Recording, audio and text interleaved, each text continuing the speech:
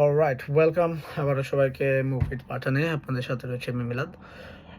আজকে ফুটবলের আরেকটা বিষয় নিয়ে কথা বলার জন্য চলে আসছি, সেটা হচ্ছে FG Asian cup under 20 women's, যেটা এই মুহূর্তে চলছে থাইল্যান্ডে, যেখানে গতকালকে স্বাগতিক দলের বিপক্ষে খেলেছে বাংলাদেশ দল, নারী দল। এবং সেই দলের অধিকাংশ খেলোয়াড়ই কিছুদিন আগে বাংলাদেশের হয়ে এফসি এশিয়ান কাপ খেলে এসেছে চীন, উত্তর কোরিয়া এবং উজবেকিস্তানের সাথে। সো এই টুর্নামেন্টে যে 4টি দল সেমিফাইনাল খেলবে, 12 দলের খেলা, 3টা গ্রুপ। বাংলাদেশ খুব সম্ভবত গ্রুপ বিতে, মানে চায়না, থাইল্যান্ড এবং ভিয়েতনামের সাথে বাংলাদেশ আছে। সো গতকালকে বাংলাদেশ হেরে গেছে এবং হেরে যাওয়াটাই ছিল স্বাভাবিক থাইল্যান্ডের সাথে। থাইল্যান্ড নিয়মিত বিশ্বকাপ খেলে বয়স ভিত্তিক পর্যায়ে।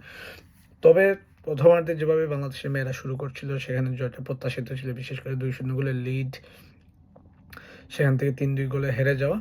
সেখানে স্পেসিফিকলি আমি একটা জিনিস বলতে চাই, সেটা হচ্ছে ম্যাচটা হেরে যাওয়ার পেছনে পুরোটাই দায় ছিল ডিফেন্ডারদের। বিশেষ করে প্রথম দুটো পেনাল্টি আমরা উপহার করেছি তাদেরকে, এটা খুবই আননেসেসারি পেনাল্টি ছিল। মানে ফাউলগুলো ছিল আননেসেসারি, ওইখানে কোনো প্রয়োজনই ছিল না ওইভাবে ভাবে ফাউল করা। এবং সেখানে প্রথম পেনাল্টিটা যে কনসিড করলো যে ডিফেন্ডারের মাধ্যমে, সে এই পর্যায়ে এএফসি পর্যায়ে এবারই প্রথম খেলছে। আমি নট শিওর লাস্ট ন্যাশনাল টিমে সে ছিল কিনা, মূল একাদশে দেখিনি ফর শিওর। তবে আরেকটা সেকেন্ড যে পেনাল্টি, যার নামটা আমি ভুলে গেছি, যে লাস্ট সময়ে বাংলাদেশ দলের হয়ে মূল পর্বে খেলেছে এবং সেখানেও কয়েকটা ম্যাচে অহেতুক ফাউল কনসিড করেছেন। এবং ওই দলের, বাংলাদেশ দলের যে ক্যাপ্টেন ছিলেন আফাইদা খন্দকার, তিনিও শেষ গোলটার সাথে, এই দলের সাথে তিনি ডিফেন্ডার এবং শেষ গোলটার সাথে তিনিও জড়িত ছিলেন। তাকে ফাঁকি দিয়ে তার একটা মিস পাস এবং সেখান থেকে থাইল্যান্ড গোল আদায় করে নিল এবং পরবর্তী পর্যায়ে চলে গেল। তবে এইসব হচ্ছে সব নেগেটিভ খবর। নেগেটিভ খবরের বাইরে একটা সুখবর হচ্ছে, এই 12 দলের মধ্য থেকে টপ 4টা দল পোল্যান্ডে কিছুদিন পর অনূর্ধ্ব-20 বিশ্বকাপ অনুষ্ঠিত হবে, সেটা হচ্ছে সেপ্টেম্বরে। এবং সেপ্টেম্বরের ওই বিশ্বকাপে এশিয়া থেকে 4টা দল খেলবে এবং ওই 4টা দলের একটাও হতে পারে বাংলাদেশ। আমাদের পার্শ্ববর্তী দেশ ভারত ইতিমধ্যে তারা স্বপ্ন দেখছে ওই 4টা দলের একটা তারা হবে এবং 20 বছর পর তারা অনূর্ধ্ব-20 বিশ্বকাপ মেয়েদের, সেখানে তারা অংশ নেওয়ার জন্য তারা খুবই আশাবাদী। তবে বাংলাদেশ কেন আশাবাদী না, আমরা দর্শক সমর্থকরা আশাবাদী, কিন্তু বাস্তবতা হচ্ছে ওই জায়গাটাতে বাংলাদেশের মেয়েদের পৌঁছানো অনেক বেশি কষ্টসাধ্য।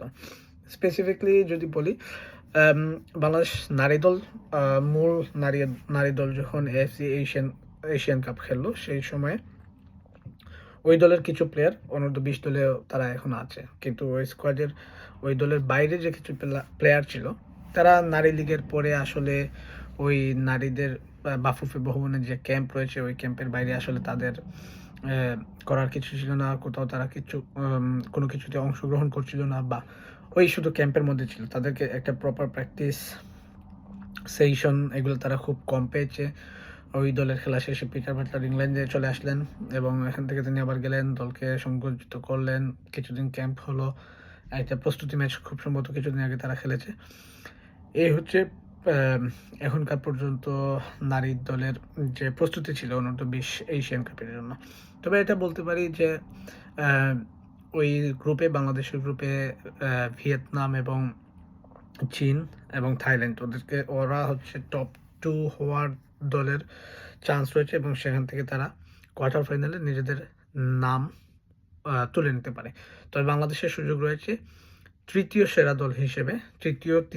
তিন গ্রুপের 3টি তৃতীয় সেরা দলের মধ্য থেকে 2টি দলের একটি হতে পারলে বাংলাদেশ কোয়ার্টার ফাইনাল নিশ্চিত করবে এবং সেখানে 11 এবং 12 এপ্রিল কোয়ার্টার ফাইনালের 4টি ম্যাচ অনুষ্ঠিত হবে। সেখানে যদি সামহাও বাংলাদেশ কোনো একটি ম্যাচে জিতে যায়, তাহলে প্রথমবারের মতো বাংলাদেশের কোনো একটি দল, পুরুষ এবং নারী দল মিলিয়ে, জাতীয় এবং বয়সভিত্তিক পর্যায়ে যে কোনো পর্যায়ের ইভেন্টে ফুটবলে ইতিহাস সৃষ্টি করতে যাচ্ছে বাংলাদেশের অনূর্ধ্ব-20 নারী ফুটবল দল।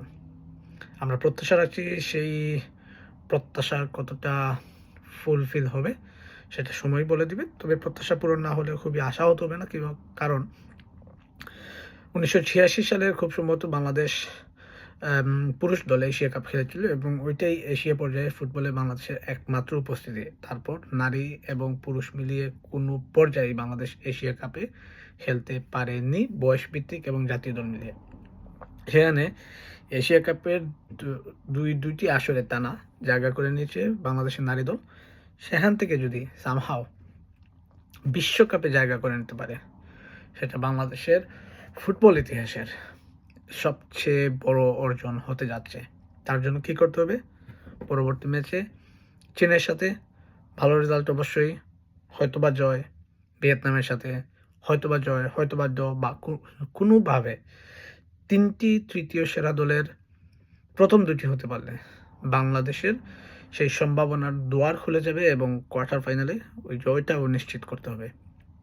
তাহলেই প্রথমবারের মতো বিশ্বকাপ খেলতে যাচ্ছে বাংলাদেশ নারী ফুটবল দল। ধন্যবাদ, আবারও দেখা হবে সবাইকে। ততক্ষণ পর্যন্ত সাথে থাকুন মুভ উইথ পাঠানের। Thank you.